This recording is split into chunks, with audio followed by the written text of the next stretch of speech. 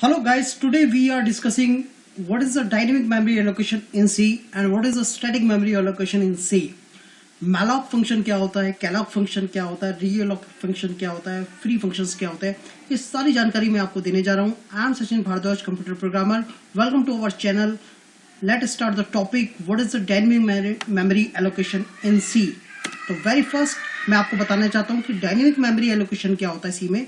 Dynamic memory allocation का concept ये बताता है कि enable the C programmer to allocate the memory at run time, यानी कि रन टाइम पे आप मेमोरी को कैसे एलोकेट करवाते हो. Dynamic memory allocation in C language is a process by the four function of the stdlib.h header files, यानी कि malloc, calloc, reloc और फ्री फंक्शन जो डायनेमिक मेमोरी एलोकेशन कर रही है, यानी कि after the execution program memory को एलोकेट करवाना, that is known as the dynamic memory allocations.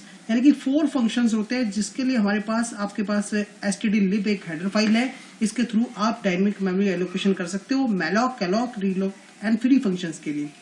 यानी कि होता क्या है डायनेमिक, जैसे फॉर एग्जांपल आप एरे पढ़ते हो तो एरे में आपने सीधा लिख दिया इंट A5.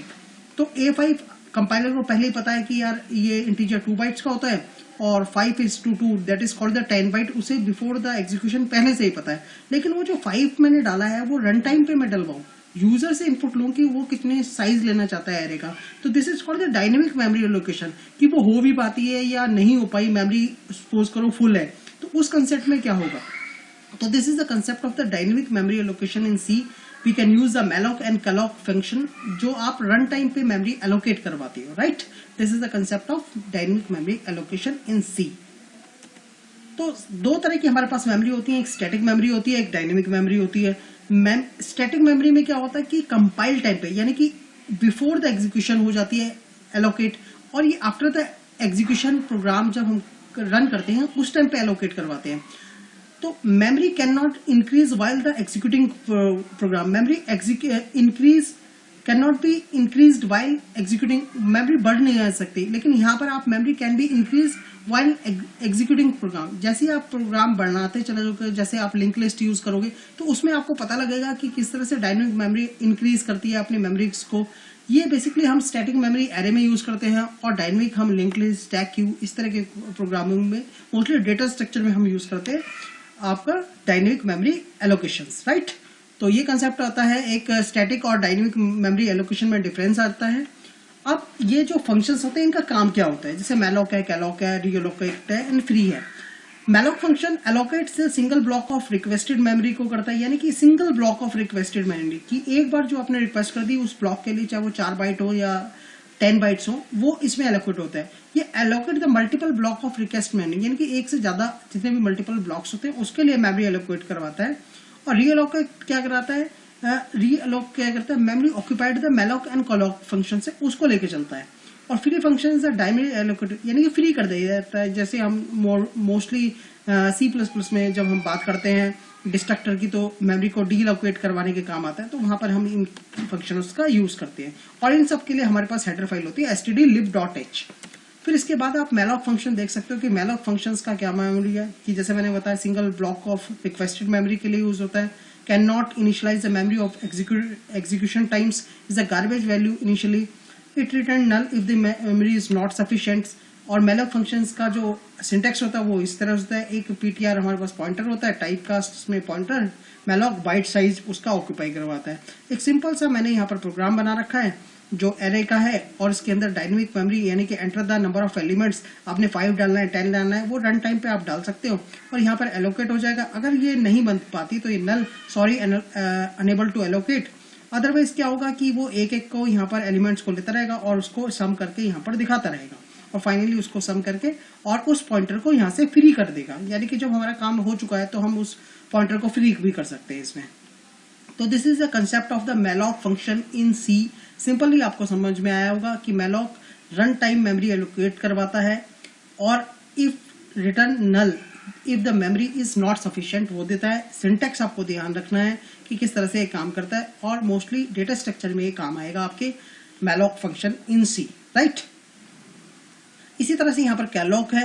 कैलॉक में भी क्या डिफरेंस आता है, मैलॉक और कैलॉक फंक्शन में क्या डिफरेंस होता है, तो ये भी आप देख सकते हो। Calloc function allocate the multiple block of the requested memory, वहां पर सिंगल ब्लॉक था मैलॉक में, कैलॉक में मल्टीपल ब्लॉक आ जाता है। और ये initial all the bytes to 0, जितने भी बाइट्स होते हैं उनको 0, it return null if the memory is not sufficient. और सिंटेक्स इसका आप देख सकते हो सिंपल उसी तरह से होता है, बस यहाँ पर मैलॉक की जगह कैलॉक आता है और यहाँ पर नंबर आता है, कॉमा बाइट साइज आता है। तो ये थोड़ा सा इसमें डिफरेंस आ जाता है इसके सिंटेक्स में, ये आप यहाँ से देख सकते हो। और फिर इसके बाद एक प्रोग्राम जो मैंने अभी बना रखा था, तो कैलॉक के थ्रू भी आप ये यहाँ पर फंक्शंस बना सकते हो कि यहाँ पर वही काम मैंने कैलॉक के थ्रू करवा रखा है। यहाँ पर आप देख सकते हो एक एक program with live implementation by me.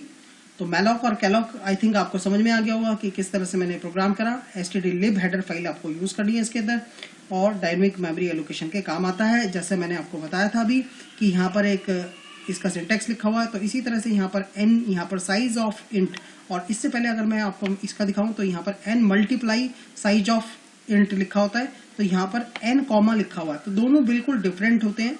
तो ये चीज आपको ध्यान रखनी है, राइट। इसके बाद आ जाते हैं हम reallocate function in C. If the memory is not sufficient for the malloc and calloc, you can reallocate the memory by the reallocate function. In short, it is the change of the memory size. यानी कि आप memory के size को change कर सकते हो। ये इसका एक सिंपल सा एक सिंटेक्स होता है। reallocate लिखोगे, हेडर फाइल वही रहेगी।